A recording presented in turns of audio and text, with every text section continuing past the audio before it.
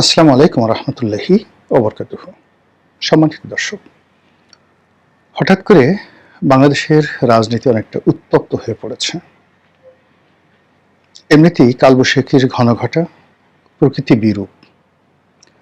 আমাদের দেশে সাধারণত বৈশাখ এবং জ্যৈষ্ঠ মাসে প্রবল খরতাপ থাকে, তাপদাহ থাকে।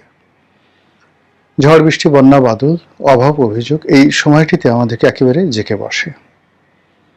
মানুষের মন অস্থির থাকে এবং এই সময়গুলোতে মামলা, মোকদ্দমা, হানাহানি, মারামারি, কাটাকাটি, এমনকি বিবাহ বিচ্ছেদ থেকে খুনোখুনি পর্যন্ত ইন জেনারেল অন্য যে কোনো সময়ের চাইতে বেশি হয়ে থাকে। এবছর 2026 সনে আমাদের এই যে প্রকৃতির চিরাচরিত যে ইতিহাস এবং নিয়ম, তার সঙ্গে যুক্ত হয়েছে ইরান এবং আমেরিকার যুদ্ধ, হরমুজ প্রণালী বন্ধ, সারা দুনিয়াব্যাপী তেলের অকাল এবং বাংলাদেশে তেলের অকালের সঙ্গে সঙ্গে নতুন একটি সরকারের বা শিশু সরকারের যে অব্যবস্থাপনা, অনভিজ্ঞতা এবং সর্বোপরি আমাদের মানুষের যে মন মানসিকতা, তার কারণে পুরো জ্বালানি তেলের বাজার অস্থির। কেন অস্থির? মোরালেস আপনারা সবাই জানেন যে আমাদের একটা বিশাল শ্রেণীর মানুষ রয়েছে যাদের মধ্যে যে কোনো অভাবের সময় মজুত করার আকাঙ্ক্ষা থাকে তীব্র। মানুষকে জিম্মি করে বা মানুষের অভাবকে পুঁজি করে ব্যবসা করার জন্য একেবারে পথের ভিখারি থেকে শুরু করে রিক্সাওয়ালা, নাপিত, ধোপা, মুচি, মোটে এমন কোনো মানুষ নেই যারা আপনার বিপদের সময় সুযোগটি গ্রহণ করবে না। তো এই যে তেলের বাজারে যা কিছু চলছে, এর মধ্যে বহু মানুষ প্রতারণা করে পেট্রোল পাম্প থেকে লক্ষ লক্ষ লিটার তেল নিয়ে বোতলে ভরে পাড়া মহল্লাতে রীতিমতো পেট্রোলের বাজার বসিয়েছে।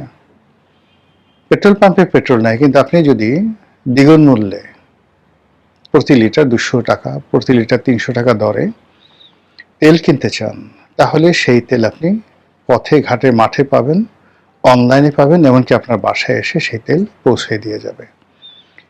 এই যে মানুষের চতুরতা, এই চতুরতার কারণে পুরো সমস্যাটি কয়েক গুণ বড় হয়ে আমাদের জাতির উপরে চেপে বসেছে।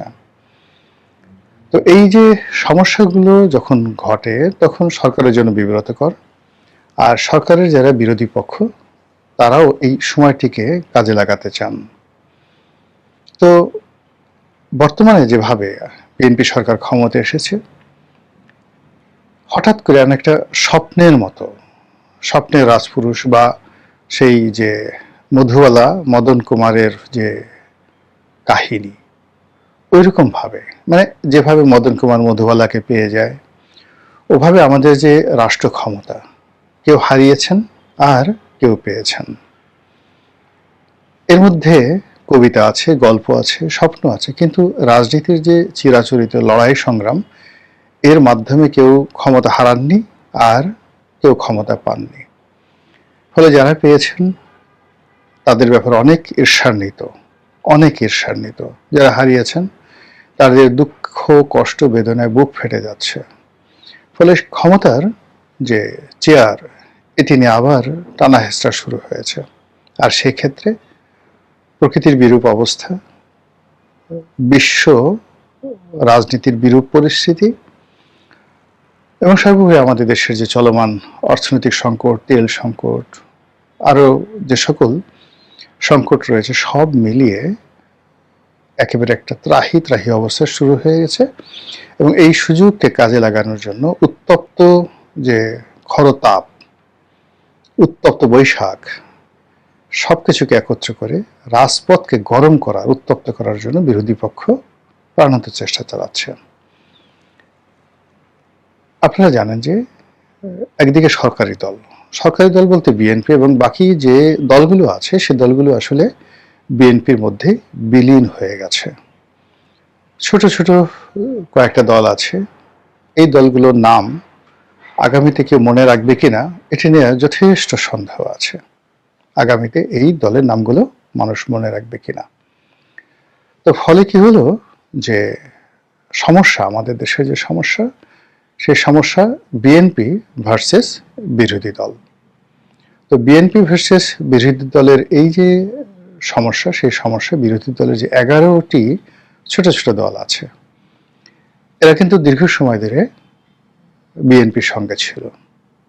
আপনি যদি প্রথমে ধরেন জামাত, তারপরে এই যে নতুন দল তাদের যে এনসিপি কিন্তু বিএনপির সঙ্গে জোট বাঁধার জন্য অ্যাগ্রি ছিল। এরপরে মুস্তাফিজুর রহমান ইরান, জাকপার যে রাশেদ প্রধান এখন খুবই আলোচিত, তারা সবাই আসলে বিএনপির সঙ্গে ছিলেন এবং বিএনপির সবচেয়ে দুঃসময়ে তারা এই দলটির সাথে সম্পর্ক রক্ষা করেছেন এবং একই সঙ্গে জনাব তারেক রহমান, যিনি এখন প্রধানমন্ত্রী, তার সঙ্গে এদের অনেকের নিদারুণ সম্পর্ক ছিল। কিন্তু জুলাই আগস্ট বিপ্লবের পর আমাদের রাজনীতিতে অনেক বিবর্তন হয়। বহু মানুষের যাকে বলা হয় যে আসল চরিত্র, সেটি প্রকাশিত হয়ে যায়। অনেক বন্ধুত্ব নষ্ট হয়ে যায়, অনেক সম্পর্ক আবার নতুন করে গড়ে ওঠে। ক্ষমতা কেন্দ্রিক অনেক চাটুকার, দালাল, তারা নতুন করে ক্ষমতাধরদের আশেপাশে ভিড় জমাতে থাকে। ফলে ডক্টর মোহাম্মদ ইউনূস যে সময়টাতে ক্ষমতা ছিলেন, তখন আমাদের দেশের অনেক রাজনীতিবিদ, অনেক মানুষ, তাদের একটা মানসিক এবং মানবিক বিবর্তন ঘটেছে। সিমিলারলি আবার তারেক রহমান সাহেব যখন ক্ষমতায় এসেছেন, তার ক্ষেত্রে একই কথা প্রযোজ্য। তার দীর্ঘদিনের যারা সঙ্গী সাথী ছিলেন, অনেকেই তার ব্যাপারে হতাশ।